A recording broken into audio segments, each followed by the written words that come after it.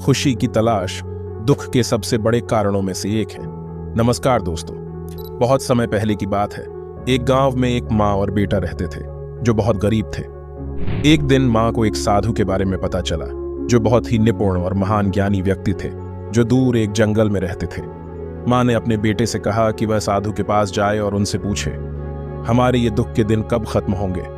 साधु से मिलने बेटा घर से चला गया। उस समय यातायात की कोई सुविधा नहीं थी, इसलिए वह पैदल ही उस साधु से मिलने चल दिया। शाम होते होते वह दूसरे गांव पहुंच गया। वहां उसे रात गुजारने के लिए जगह मिल गई। वह एक समृद्ध परिवार का घर था और वह रात में वहीं पर सो गया। सुबह जब वह उठा और जाने लगा, तब उस घर के बुजुर्ग ने उससे पूछा कि बेटा कहाँ जा रहे हो। युवक ने उन्हें साधु के बारे में और उसके आने का कारण बताया। बुजुर्ग ने कहा, बेटा अगर तुम उनसे मिलो तो मेरे लिए भी एक बात पूछना। मेरी एक ही बेटी है, वह बोलती नहीं है। क्या तुम उनसे पूछ सकते हो कि वह कब बोल पाएगी और कौन उससे शादी करेगा। युवक ने कहा, ठीक है, और आगे बढ़ गया। रास्ते में वह एक बार और रुका। इस बार वह एक संत की कुटिया में रुका। जब संत ने उससे उसकी यात्रा का उद्देश्य पूछा तो युवक ने उन्हें साधु के बारे में बताया। संत ने कहा, बेटा मेरी भी एक समस्या है, कृपया उसके बारे में भी पूछा ना। मेरी समस्या यह है कि मुझे साधना शुरू किए हुए 50 वर्ष हो गए हैं, लेकिन मैंने अभी तक अध्यात्म का स्वाद नहीं चखा है। मैं ऐसा कब कर पाऊंगा। युवक ने कहा, ठीक है, और संत को प्रणाम कर वह आगे बढ़ गया। अपनी यात्रा में आगे युवक ने एक और पड़ाव बनाया। इस बार पड़ाव किसान के खेत में था। रात में चर्चा के दौरान किसान ने उससे कहा, खेत के बीच में एक बहुत बड़ा पेड़ है और मैं दूसरे पेड़ उगाने के लिए कड़ी मेहनत करता हूं, लेकिन उस बड़े पेड़ के आसपास कोई दूसरा पेड़ नहीं उगता। कृपया उनसे पूछें कि इसका कारण क्या है। युवक ने सहमति में सिर हिलाया और सोने चला गया। सुबह होते ही वह अपने मार्ग पर आगे बढ़ गया। अगले दिन युवक उस स्थान पर पहुंचा जहां साधु ठहरे हुए थे। उसने साधु को प्रणाम किया और फिर कहा, महाराज मेरी कुछ समस्या है जिसका समाधान मैं आपसे जानना चाहता हूं। यदि आप अनुमति दें तो क्या मैं पूछ सकता हूं। साधु ने कहा, ठीक है, लेकिन यह जान लो कि तुम केवल 3 प्रश्न ही पूछ सकते हो, क्योंकि मैं इससे अधिक का उत्तर नहीं दूंगा। अब युवक संकट में फंस गया था। उसके पास पूछने के लिए 4 प्रश्न थे, 3 अन्य लोगों के और 1 प्रश्न उसका अपना। लेकिन उसने सोचा, अब किसका प्रश्न छोड़ दूं। अंत में बहुत सोचने के बाद, बहुत झिझक के बाद उसने अपना प्रश्न न पूछने का निश्चय किया और अन्य 3 प्रश्नों का समाधान पूछा।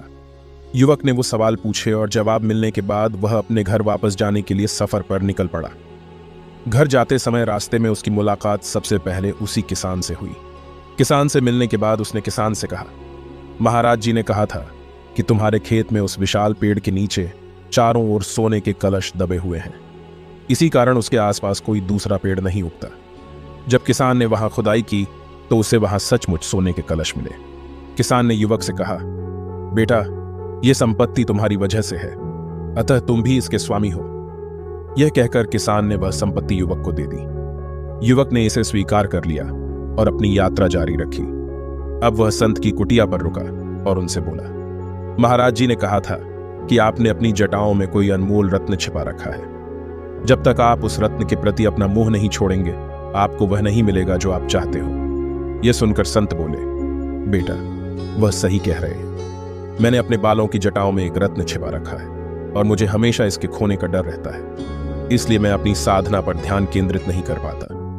इतना कहकर संत ने अपने बालों की जटाओं से वह मणि निकालकर युवक को दे दी। युवक अपनी यात्रा पर चलता रहा। अब वह बड़े घर पहुंच गया। उनसे मिलकर युवक ने कहा, महात्मा जी ने कहा है कि आपकी पुत्री का पति वह पुरुष होगा जिसे देखते ही वह बोलने लगेगी। जब बुजुर्ग और वह युवक बात कर रहे थे तभी लड़की बाहर आई और युवक को देखकर अचानक बोल पड़ी। यह देखकर बुजुर्ग ने कहा, बेटा महाराज जी की बातें सच हुई। आज से आप ही उसके पति हैं और उन दोनों की शादी करवा दी गई। अब युवक धन रत्न और अपनी नवविवाहित पत्नी को लेकर अपने घर पहुंचा। उसे देखते ही मां ने पूछा, बेटा महाराज जी ने क्या कहा, हमारा दुख कब खत्म होगा।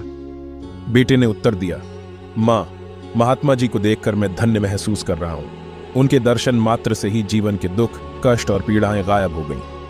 मां ने पूछा, तो क्या उन्होंने हमारी समस्याएं हल कर दी।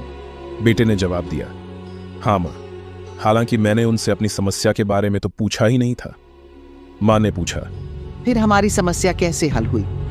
बेटे ने उत्तर दिया, माँ, मुझे रास्ते में कुछ लोग मिले और उन्होंने मुझे अपनी समस्याओं के बारे में बताया। जब मैंने उनकी समस्याओं के समाधान के बारे में पूछा तो मेरी समस्या अपने आप ही हल हो गई। दोस्तों, जो दूसरों के लिए सोचता है, भगवान उसके लिए सोचते हैं। हमें निरंतर अपने मार्ग पर चलते रहना चाहिए।